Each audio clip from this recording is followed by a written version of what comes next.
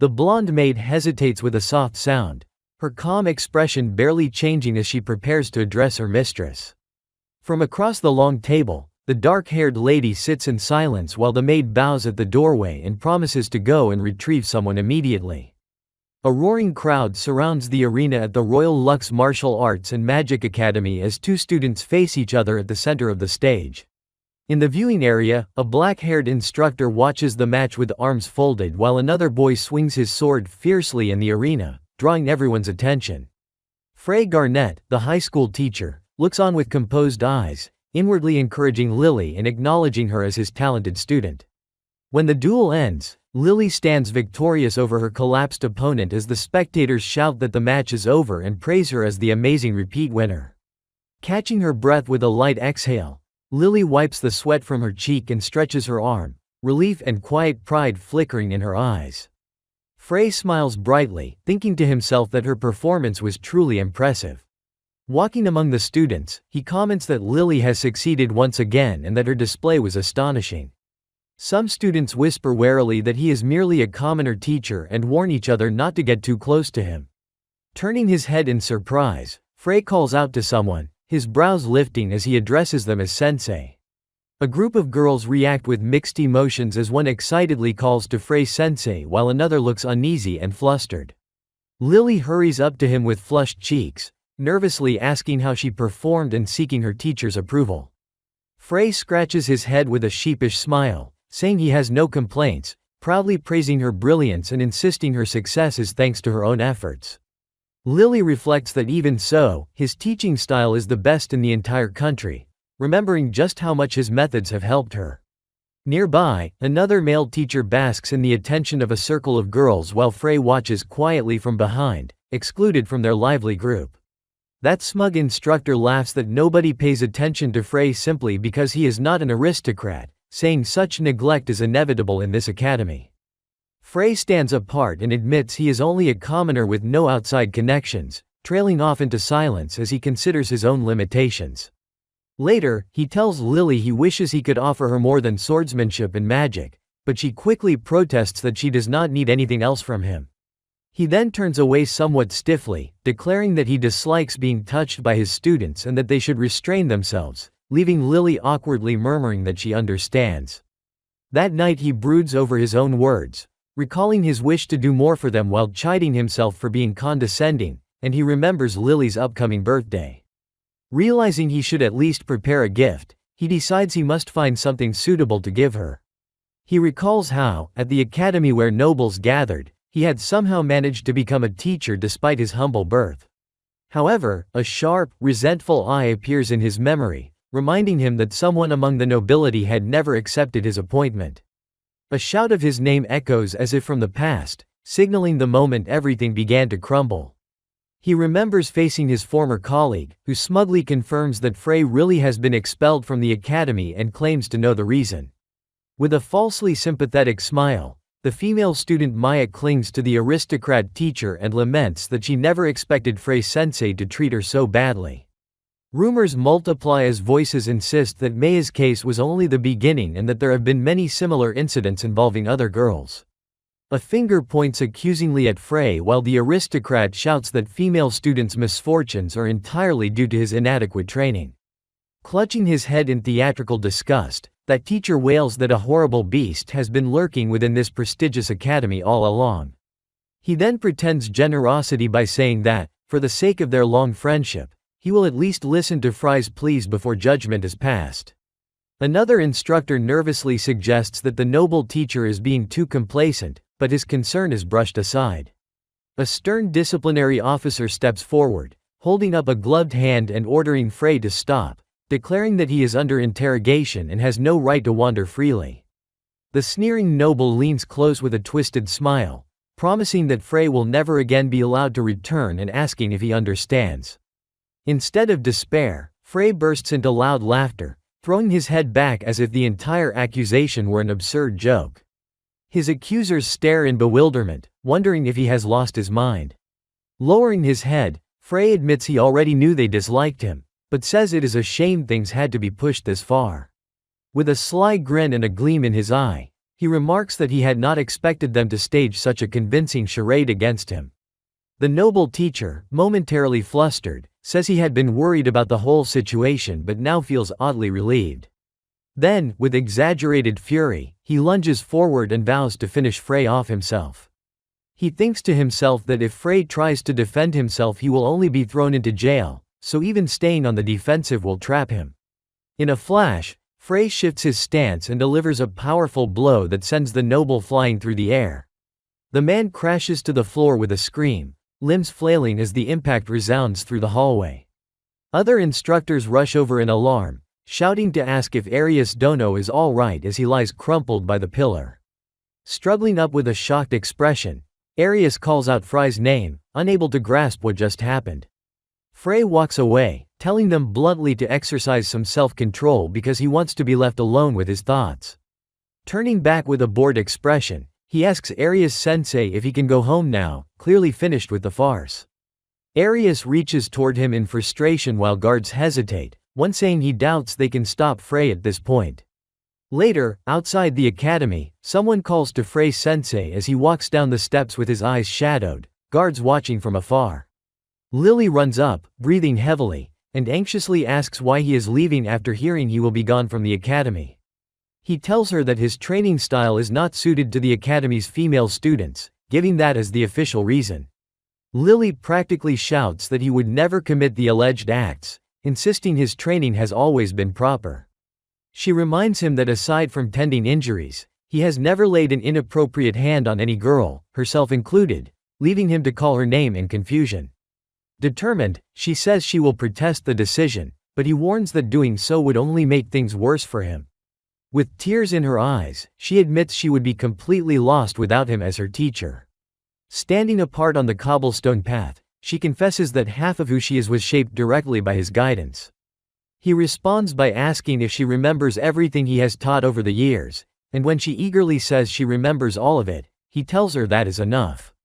Smiling gently, he assures her she will be fine as long as she keeps focusing on improving herself. She clasps her hands and says that instead of protesting, what she truly wants is for him to look after himself. He reveals a small flower-shaped ornament in his hand and quietly asks if Lily would accept it. Seeing the delicate ornament, Lily's eyes fill with tears and she softly agrees, overwhelmed by emotion. Frey smiles in relief, saying he is glad she likes the impromptu parting gift even if it is simple. She quickly declares that she will also do something for him in return someday. He answers that in that case, he hopes she will hire him when she is grown up and in need of help. Through her tears she promises that when she grows up she will make him her butler so he can serve her tea. They both acknowledge that curfew is approaching as evening shadows lengthen overhead. With heavy steps, Frey walks away while Lily stays behind, hiding her face as she says goodbye to her departing sensei. Later he wanders alone down a forest path, the scenery around him quiet as he begins his uncertain new life. Lily thinks that thanks to him she feels a little better, while Arius, elsewhere, is tormented by the consequences of his failure. Frey, however, stares at the sky and wonders anxiously what he will live on now that he has lost his position. He does not actually want to stop teaching, but he wrestles with doubt as he considers his options. Looking up at the dark clouds, he muses that his vocation as a teacher has been cast aside, leaving him directionless. Far away, an ominous mansion looms amid dense foliage, its many windows glowing against the night. Footsteps echo sharply as someone strides forward, a new path about to open. A small maid hurries down a corridor, her breathing quick as she rushes toward an important errand. Inside a dim room, several girls sit around a table, one of them shrouded beneath a hood while the atmosphere feels tense. One girl fiddles nervously with a pendant and wonders aloud what kind of man their father has hired to educate them, addressing her older sister Izuna. Izuna, looking jaded, says she no longer cares and assumes he will be just like every other tutor they have met. Crossing her legs confidently, another sister states that she herself does not need such instruction, though the others require considerable help. A more boyish girl reacts in surprise to talk of needing help, demanding to know what the others are talking about. She then stretches defiantly and adds that she does not need assistance either, turning to ask their hooded sibling Femme for agreement. Under the hood, Femme's shoulders tremble slightly, giving no clear answer. In a flourish of flowers and motion, the small maid from before, Rose, opens the door, revealing her composed face framed by blossoms as she steps inside. She bows and calmly informs the weary girls that she will go fetch their newly appointed teacher at once. Their central sister, radiating authority, tells the five of them that they will soon be meeting their next instructor. Meanwhile, in a village shop, kindly old commoners once welcomed Frey warmly, calling him the pride of their people for teaching at a prestigious school. Now those same elders glare at him, muttering that after finishing his shopping he should hurry home because he is a disgrace fired for harassing a student. Carrying heavy bags through the street, Frey remembers trying to explain his innocence but realizing no one believes him as whispers follow him. He shifts the bundle in his arms and grimaces that it is too heavy, regretting how much he bought. Back at his building, he pauses by the mailboxes and idly checks for any post. To his surprise, he finds an elegant envelope addressed to Frey Garnet, and he wonders what could be inside since no one has written to him since he was fired. That night, following the letter's instructions, he walks with a lantern under the moon, heading toward an isolated meeting place. Someone calls, "Sensei," from behind, but he keeps moving, unsure whether to acknowledge it. A drunken villager waves a bottle and mocks him, accusing him of going to a night party and calling him a disgrace. Frey ignores the insults and walks on, leaving the drunkard stunned by his indifference. Enraged, the man hurls the bottle at Frey's back with a curse. Frey swiftly summons a wind spell, a glowing magic circle spinning in his hand as the bottle freezes in midair. The projectile whips around and hurtles back, narrowly missing him. It smashes brutally into the drunkard's face, who cries out in shock and pain. Frey then binds the man with ropes and says he will let him go when the sun rises, turning away with cold finality. Looking at the bruised drunk, Frey comments that the man has good aim and real talent, urging him to put that ability to better use. From behind, the captive shouts that Frey is foolish to still think of himself as a teacher. Frey glances at the discarded bottle and resigns himself to the idea that from now on no one will take him seriously. He rereads the letter and wonders about the mysterious person who sent it. On the page, they clearly state that they wish to hire him as a teacher, even providing a map, date, and location. He steps forward again, musing that despite his ruined reputation someone is offering him work, which feels almost suspicious. Holding his lantern, he notes that the whole situation seems very strange as he approaches the indicated site. Soon he finds a small hut deep in the woods and walks toward its door. He wonders if this could be another trap like the one Arius set, and whether he is walking into danger.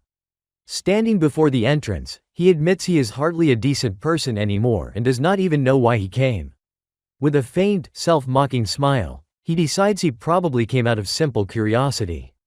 He circles the quiet building with his lantern, peering at the walls and windows. Seeing no one, he remarks that the place appears completely empty. He concludes it must have been a joke and starts to turn away. Suddenly a maid's voice announces that she has been waiting for him, and he whirls around to see Rose standing inside. Her calm gaze fixes on him as she introduces herself once more in silence. He anxiously asks at what point she entered and whether she slipped in from behind without him noticing. Unfazed, she replies that she has been there from the beginning and politely thanks him for coming. She formally states that she was sent by her master and gives her name as Rose. When she immediately mentions giving more details at the mansion, he flails his hands and protests that he has not even agreed to the job yet. Curious and suspicious, he demands to know who her master is and where exactly this workplace might be. She simply says that if he wants more information they should go to the mansion, urging him to follow. Standing before the door again, Rose explains that if he is willing to come to the mansion she asks him to cross that threshold. Otherwise, she says, he is free to leave by the path he came, leaving the choice entirely up to him. He hesitates with his back half turned to her, weighing his options in silence. He admits to himself that a maid traveling so far just to offer him a job is suspicious and gives him no real reason to follow. The thought that it all sounds dangerous lingers as he glances at his foot on the creaking floorboard. He remembers how he said earlier that he did not even know why he had come here. Finally he realizes that what truly worries him is always the fate of potential students. Resolute, he tells Rose he will go along with her and listen carefully to what she has to say. She murmurs that she understands, her expression barely shifting. She then gestures calmly and tells him to follow her from the hut. As they walk, she thinks to herself that she had known he was a good teacher all along. Frey looks puzzled and asks what exactly she means by that remark. He wonders nervously if she somehow read his private thoughts, then reassures himself that she likely did not. Soon they arrive before an enormous, glittering mansion that rises against the starry night. Frey stares wide-eyed and breathes out an astonished sound as he takes in the size of the castle. He realizes that they have been transported to an entirely different place and that this is no longer the forest they walked through. Piecing it together, he concludes that the moment they crossed the gate they were shifted here by transfer magic. He analyzes whether an enchantment was hidden at the hut or the door, noting there was no sign of Rose chanting earlier.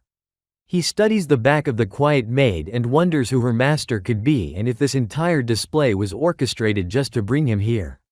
Inside, the vast corridors stretch endlessly as he notes how huge the interior is while walking beside her. He tells Rose he wants to meet the students before meeting their father, and she replies that this matches her own plan. She adds that their master is not here at all at the moment when he asks if the man is simply away working. She explains that the castle exists solely for the education of the master's daughters, surprising Frey. Rose elaborates that all of the girls are sisters who once lived with separate mothers, but it is more convenient for them to stay together here.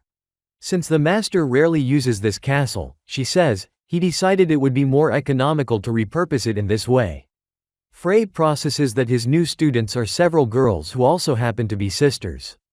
He begins to ask if they truly lived with their respective mothers until now, still trying to clarify. Rose looks back over her shoulder and asks if he has further questions. Flustered, he quickly says no, backing off. Inwardly, he wonders if they might be illegitimate daughters of an aristocrat whose identity cannot be revealed, though he doubts it is quite that scandalous. Rose announces that they have arrived at their destination. He enters a large room, glancing around while dark silhouettes sit waiting. Realizing who they are, he thinks to himself that these must be the girls he is meant to teach. A sharp close-up of his eye shows his sudden jolt of realization. One of the demon girls smirks and declares that he is exactly as pathetic and weak as she imagined. Another, clearly offended, complains that bringing a human teacher to them is an insult. A third girl asserts loudly that he is weaker than she is and therefore has nothing to teach her. Yet another sister nervously admits she has never even met a human being before, addressing her sisters timidly. The hooded girl merely mutters that he is pathetic, her expression unreadable. Frey, however, holds up a hand and tells them to wait as he tries to process the situation. He notices fangs, pointed ears, and horns and struggles to categorize what exactly these girls might be. Finally he blurts out in shock, wondering aloud if these girls are actually demons. Rose plainly confirms that they are. She then introduces them formally as the 5 daughters of the Demon King, while a caption hails their collective appearance. A narration explains that humans and demons have fought for thousands of years, constantly shifting the balance of power. At the heart of that struggle stand the hero and the Demon King, 2 pivotal figures. Frey reflects that his former academy is an institution dedicated to training the next generation of heroes. He realizes with disbelief that he, once educator of heroes, is now being asked to teach the Demon King's daughters. Rose calmly affirms that this will indeed be his job, explaining why he has been summoned here. One demon girl scoffs that having a human man as their teacher is a ridiculous joke. Another laughs at her sister Izuna, saying she is already lost in this competition. Izuna bristles and asks what she means by calling her lost. The winged sister asserts that gathering them all together clearly means their father is testing who will succeed him. She criticizes Izuna for not even sensing the mood properly and says her younger sister is not ready for such a challenge. Watching them argue, Frey deduces that the girl called Izuna is likely the elder and that their age order might run from left to right. He catches himself and wonders why he is instinctively trying to categorize everything, recognizing it as a teacher's habit. Their voluptuous sister tells Izuna that she has always been overly bossy. Izuna replies that she's only acting according to her abilities and pointedly asks what the others are doing. Tension crackles as the 2 sisters face off in the center of the room while Frey watches nervously. Frey quickly asks whether they are really planning to escalate into a magic duel and warns about the buildup of magical power. Rose reassures him that although the sisters' relationship is poor, they have never actually injured each other before. He acknowledges this explanation and concludes that what he is seeing is essentially bullying. Stepping between them, he crosses his arms in an X, physically blocking their confrontation. He frowns and tells them he cannot approve of this behavior, insisting it is not right and hoping such scenes are not daily occurrences. All 5 demon girls stare at him with surprised expressions, clearly not expecting his interference. He notes that he already has their attention and observes that at least 2 of them are not very adept at magic, though the hooded one still puzzles him. Analyzing their mana, he finds that their attributes differ but that he managed to wedge himself between their conflicting magical currents. He sees that Isna's fiery magical power is almost equal in amount to her sister's, giving them near parity. Mentally he assigns their attributes like numbers, preparing to counter instantly if either casts a spell. The tension breaks when one sister laughs and declares the whole exchange fun, announcing that she is going back to her room. She adds with a smile that the meeting is clearly over, leaving Frey and Izuna behind. Izuna snaps at Frey not to get cocky just because he appears competent. She says that producing similar magical power does not mean she or her sister have fought seriously yet. He apologizes lightly, explaining that he thought it was just light-hearted sibling rivalry but wanted to ensure nothing worse happened. With cheeks puffed in frustration, she vows she will never accept him as their teacher and storms off. Frey calls after her, but before he can continue, San suddenly leaps toward him with a flying kick. She holds her foot near his face and admits she expected him to dodge more skillfully after seeing him intervene. Effortlessly he flips backward through the air, then lands while she skids to a halt, amazed. San lands in a crouch while Frey remains standing unruffled, the quick exchange over in an instant. She pouts that he did not even react and complains that he is boring. Another sister apologizes on San's behalf, while Frey insists he knew the girl would not actually hit him. The shy sister then confesses she lacks the same talent as the others and feels inferior, calling them all incredible while belittling herself. Even so, she resolves with trembling determination to do her best to follow his training. As she turns to leave for her room, Frey tells her he will see her later. Moments later she trips and he instinctively catches her in his arms, surprised by the sudden closeness. Flustered, she straightens and repeatedly apologizes, asking if he is all right and clearly embarrassed. Rose comments that she thought Frey never touched female students, and he grumbles that he breaks that rule only to protect someone from danger. He then hurriedly tells everyone not to assume he has accepted the job yet and asks them not to get ahead of themselves. Deciding to continue the conversation elsewhere, he suggests they move to a different room. Later he demands confirmation from Rose that these really are the Demon King's daughters. She calmly replies that yes, they are indeed the daughters of Hazar-sama, the Demon King. Sitting in a furnished study, Frey admits he is honestly surprised by the castle's size and the accommodations he has been given. He notes that with his previous employment such luxury would have been unthinkable. He recalls Isna's earlier remark that their gathering is part of a contest to determine their father's successor. He then asks Rose if, as a human, they truly expect him to train the next Demon King. Rose explains that this specific request came directly from their master, who wishes Frey Sensei to oversee that role. She leaves the final decision to him, asking that he sleep on it and consider whether to accept. Leaving his room, she quietly closes the door behind her. Elsewhere, another maid addresses Lady Rose and informs her that someone wishes to know whether the human will accept the position. A small maid with braided hair asks if that human will truly take the job. Rose reassures her colleague that since Frey is human, he will not simply follow whatever demons order him to do. Yet another narration points out that he actually has 3 compelling reasons to accept the offer. First, his ruined reputation among humans will make it very difficult for him to find other employment. Secondly, although working with demons may harm his standing among humans, such cooperation is complex but not impossible. Thirdly, he has an innate sense of justice and protection that drives him to stand between good and evil. Lying on the bed, he thinks of his late parents and vows he cannot keep repeating his old mistakes. He recalls how the timid sister placed her trust in him so quickly and wonders why she pinned such high hopes on a stranger. He suspects Rose might also be evaluating him based on that rescue scene. He concludes that if he refuses the job he will simply never see these girls again and the chance will be lost. The next morning, sunlight streams over the castle roof. Inside, the early light spills through a window where he still lies thinking. The four demon sisters line up with varied expressions, clearly awaiting his decision about their future. Stepping onto the balcony, Frey calls out a hearty good morning to them.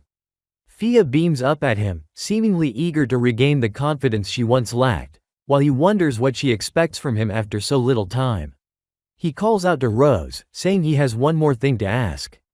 Her eyes fill the panel as she recalls her earlier question about the third reason he will ultimately accept the job. She answers herself that the reason is simple: teaching is Frey's true vocation.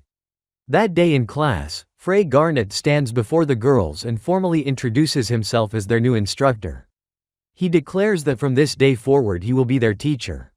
Sand stares blankly from her desk as he gestures toward her, trying to engage her attention. He playfully flicks something at her head to rouse her from sleep, hitting her with a light thunk. She snaps upright in outrage, demanding to know what he thinks he is doing. He replies that he is merely waking her up and asks whether she found him so boring or simply slept poorly. From the podium he points out she fell asleep immediately after his self-introduction, asking if he really seems that dull. Sand shrugs and says human classes are boring, clearly unimpressed. Shocked text appears as she wonders aloud how he even knows her name. He flatly explains that he simply read her student file, prompting her to yelp about magic in surprise. Fia whispers to San-chan that they should listen to what Sensei says, looking worried. Frey smiles and says that although he has read their records, he wants each girl to introduce herself so he can hear about them directly. Anna stands calmly and states her name, adding that she has no special skills aside from perhaps some talent with the sword. Frey mentally interprets her modesty as a veiled boast that she is good at everything and implies he has nothing to teach her. Isuna follows, announcing that she excels in many areas but that magic is her greatest strength. Frey thinks grimly that she probably despises him even more than San and would happily defeat him if she could. San puffs out her chest and declares that her name is San and that she is good at physical exercise. He notes privately that she has a cheerful, friendly personality but also a powerful aversion to him. Fia then steps forward, explaining that as the fourth daughter she lacks any special skills and does not mean it as false modesty like Anna. Frey observes that this girl in particular suffers from a severe lack of self-confidence. Finally the hooded girl quietly says her name is Fem. Frey smiles gently and thinks she sounds younger than expected, still unsure what kind of person she really is. He wishes he could get to know all of them better, though he is unsure whether he will even remain for 3 full months. Rose informs him that his continued employment will depend on the results of a test to be held after those 3 months. At breakfast, Frey asks what that test will entail, but Rose apologetically says she cannot reveal its content. She explains instead that their father, the Demon King Hazar-sama, will judge his daughters through a series of trials emphasizing each girl's unique abilities.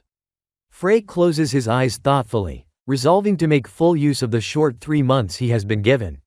Someone calls his name, focusing his attention. Isuna lounges with arms crossed and asks what his first lesson as a human teacher will be. He replies with a confident smile that the subjects he teaches will be chosen entirely by him. He decides they will start from the basics and announces his first topic. He reveals that the lesson will be arithmetic, leaving San and Fia gulping nervously. San immediately complains that she knew he would be boring and says she has no interest if it isn't physical training. Fia defends him, saying arithmetic is exactly what San needs right now, while Frey insists the subject is deep and fascinating. San demands to know what that is supposed to mean. Isuna explains coldly that he intends to focus solely on arithmetic because he lacks confidence to teach more advanced skills. She adds that it is typical of weak humans who cannot instruct them in close combat magic. San jumps in and agrees, accusing Frey of saying strange things just to hide his weakness. Anna thinks to herself that Isuna's childish attitude is rubbing off on San and finds their behavior annoying. She still admits, however, that Isuna has a point and suggests Frey demonstrate his martial prowess. Isuna agrees that their father must have reasons for hiring him, but says if he can defeat San he will be more than qualified. San hesitates in confusion, wondering if her sisters are mocking her. Fia pleads with San-chan and her siblings not to bother the teacher. San and Isuna yell at Fia to stay out of it, intimidating her into silence. Fia wilts, shrinking back sadly. Frey decides that if a duel is what makes sense to them, he will go along and plans to fight. He admits to himself that lecturing them won't help until he gains their respect and shows why arithmetic matters. He resolves that before truly educating these girls he must first be recognized as strong in their eyes. Fia nervously warns that even adults cannot beat San, emphasizing her strength. Frey reassures her, saying San is indeed a skilled fighter. He adds that this will not be a real fight but merely a class demonstration and promises not to hurt San. He invites San to come at him anytime, telling her to attack freely. As she rushes forward, he calmly raises a hand, preparing to counter.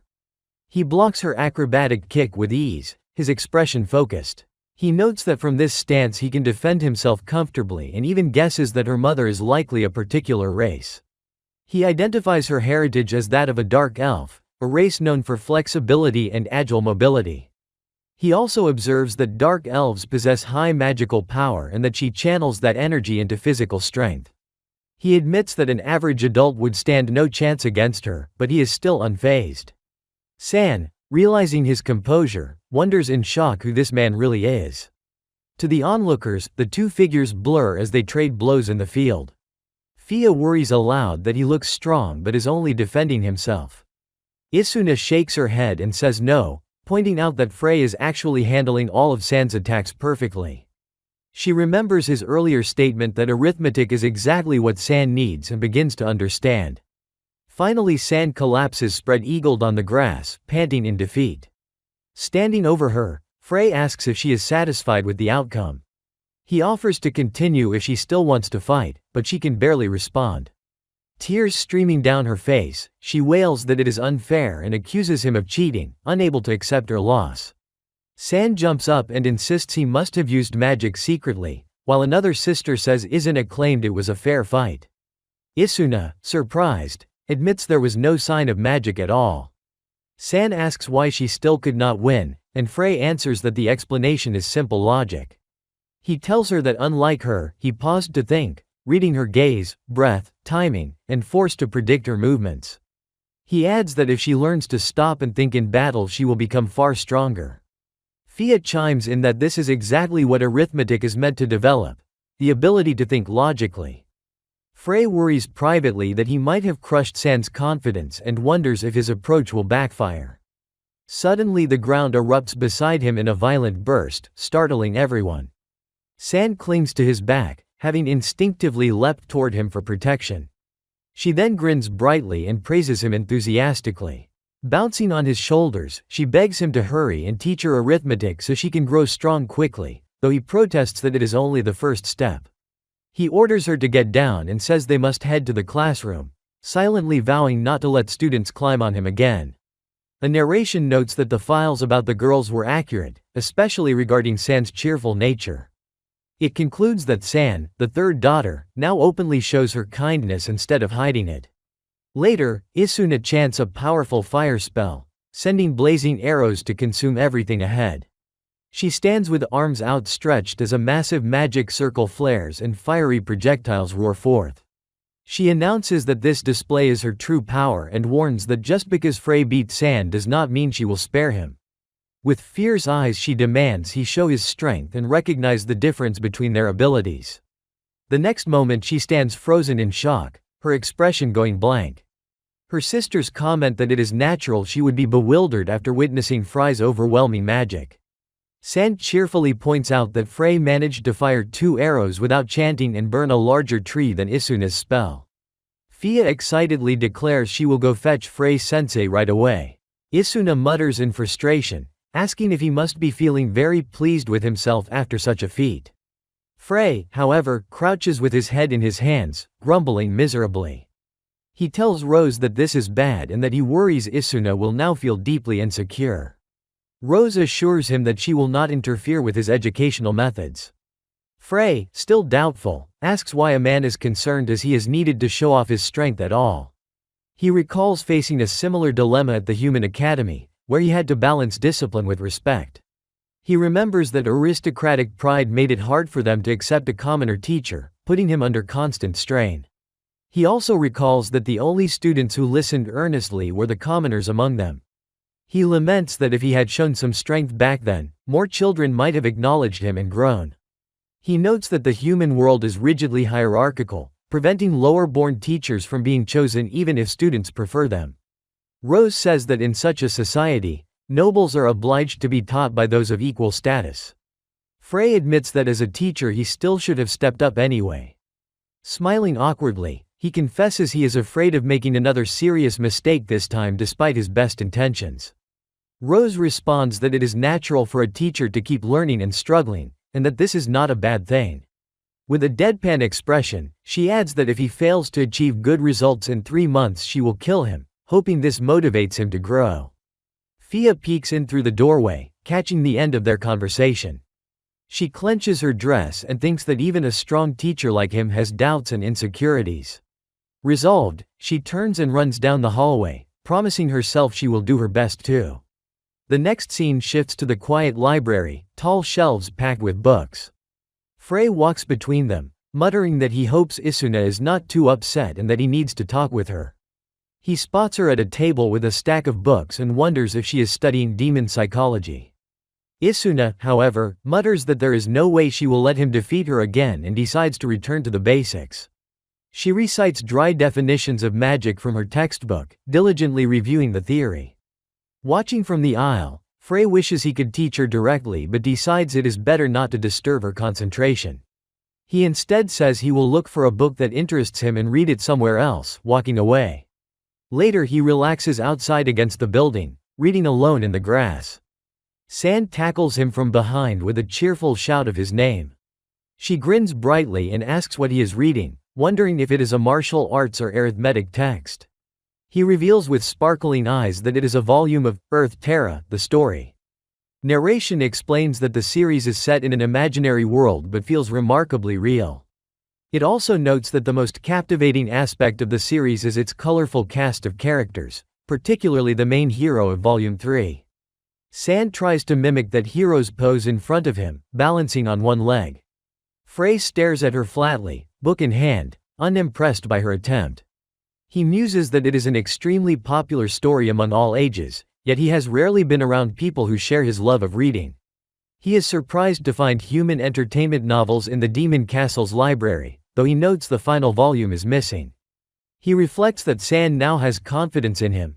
Isuna is gradually warming up as well, and Fia increasingly supports him.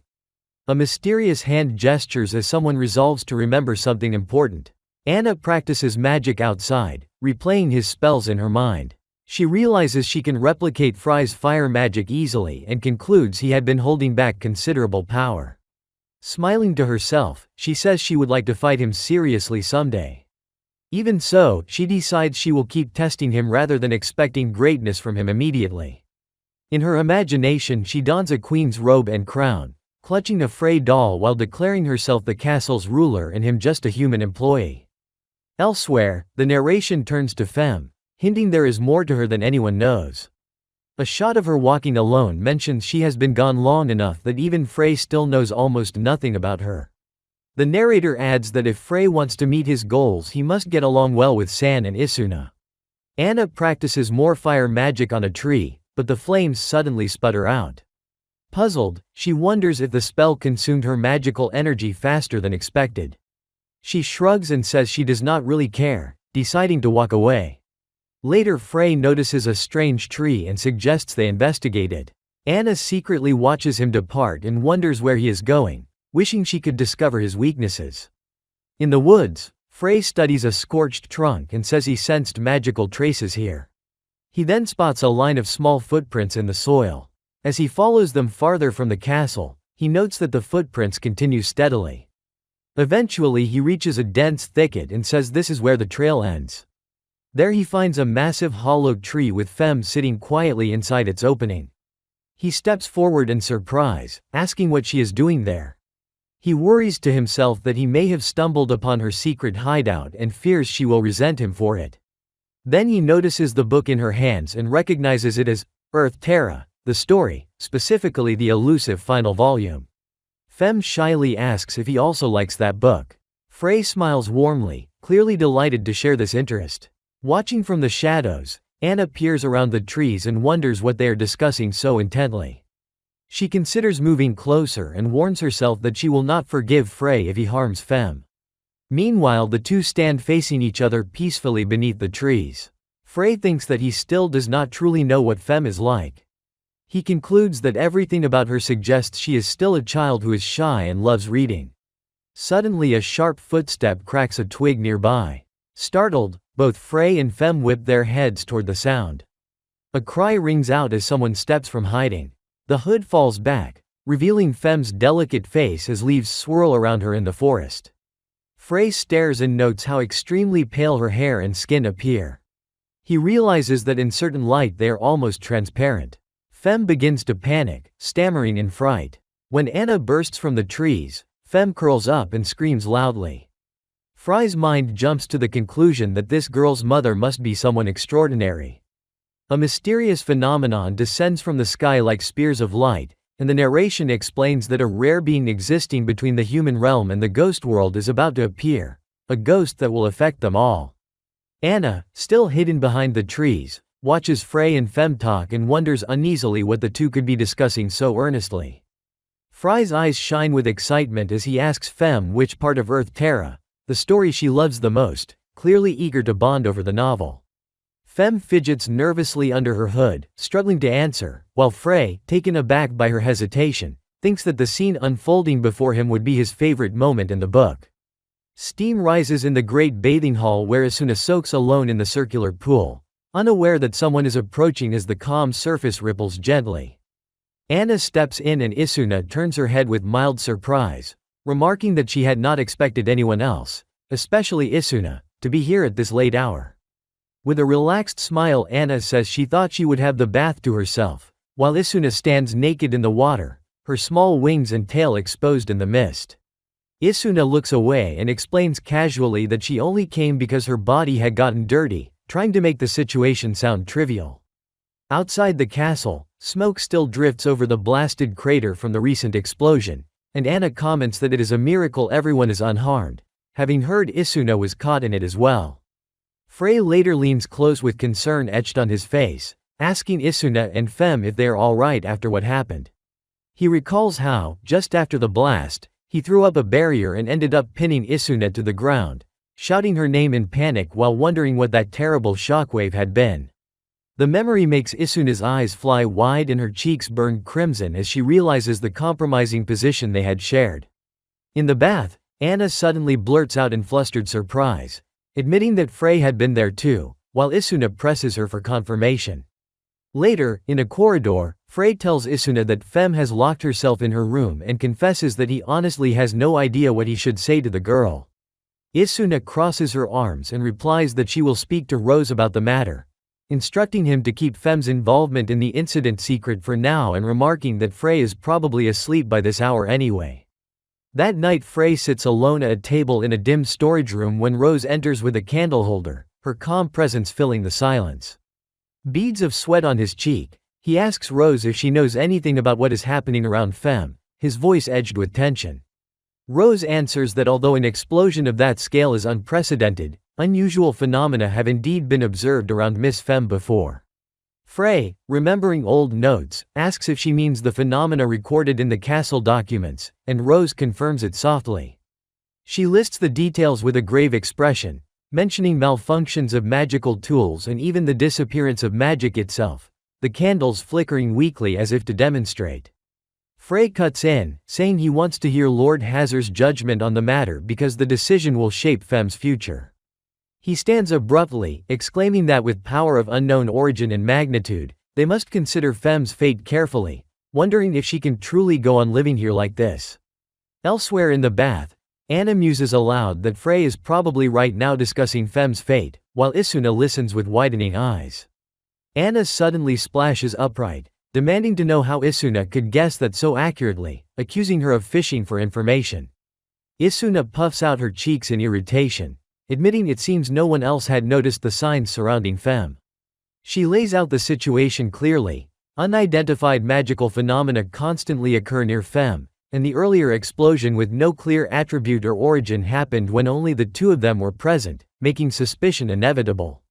Anna sinks deeper into the water and mutters that since Fem has no reason to cause such chaos, perhaps it was merely an uncontrollable outburst. Isuna studies Anna and remarks that for someone who understands so much, Anna is surprisingly calm about the implications. Anna tilts her head and reminds her that as sisters in the Demon Lord's castle, they are all rivals anyway, so cold calculations are to be expected.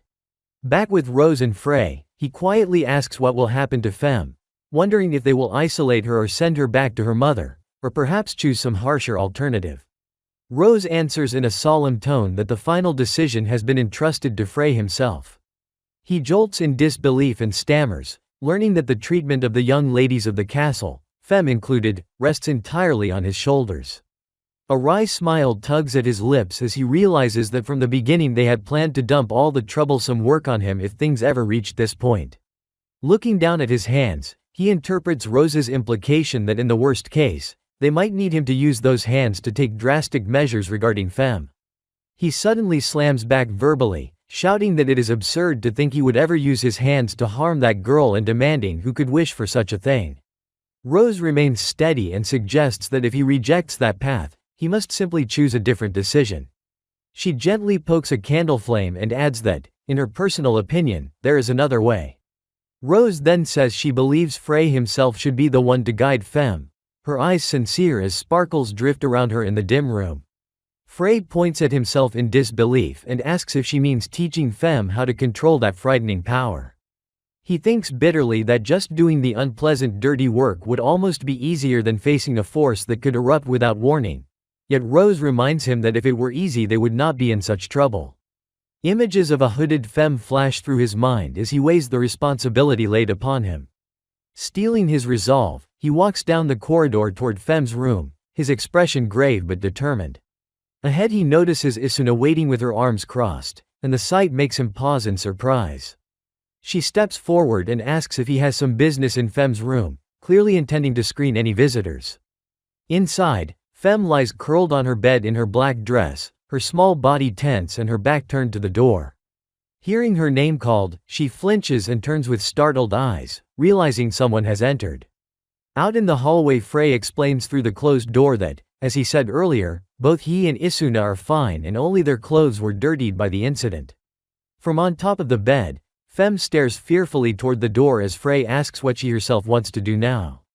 Isuna stands beside him and states bluntly that at this rate Fem cannot continue living here, while Frey adds that if she wishes to return to her mother, they will not stop her.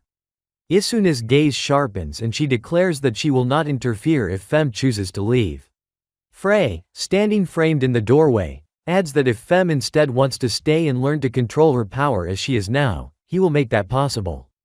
He then speaks with firm conviction, promising that he absolutely will help her.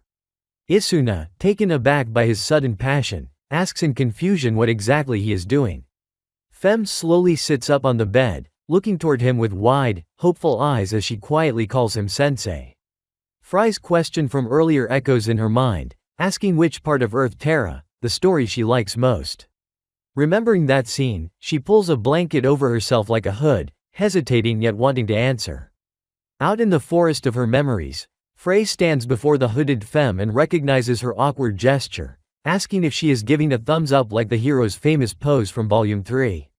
He laughs softly as he explains that the hero raises a thumb to his comrades when he pretends to be strong in a pinch, when he gives them hope, and when he shares moments of joy.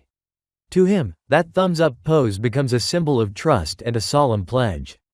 In his mind's eye he extends his hand in that gesture toward Fem, vowing again that he will help her, and silently promises that this time it is a promise he intends to keep.